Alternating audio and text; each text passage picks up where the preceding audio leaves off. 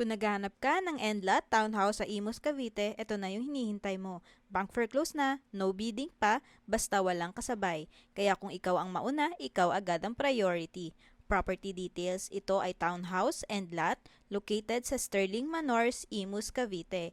Isang tahimik at secured na subdivision na perfect para sa pamilya o pang-investment. Lot area 92 square meter. Bihirang-bihira ang ganitong kalaki for a townhouse. Floor area 47 square meter. 2 bedrooms, 2 toilet and bath.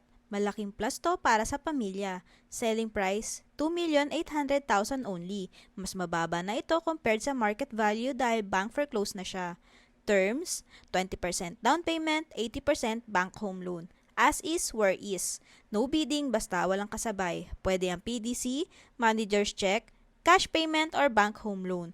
Flexible, depende sa'yo. Important reminder, bank fees at transfer of title ay not yet included. Pero don't worry, we will guide you step by step sa buong proseso. Free house tour assistance available. Pwede nating schedule ang viewing para makita mo mismo kung gaano kaluwag at kaganda ang end lot na to. Huwag patagalin, end lot plus bank foreclose plus Imus location equals mabilis talaga maubos. This is Chin Puig. Thank you for watching. See you on my next video. Bye!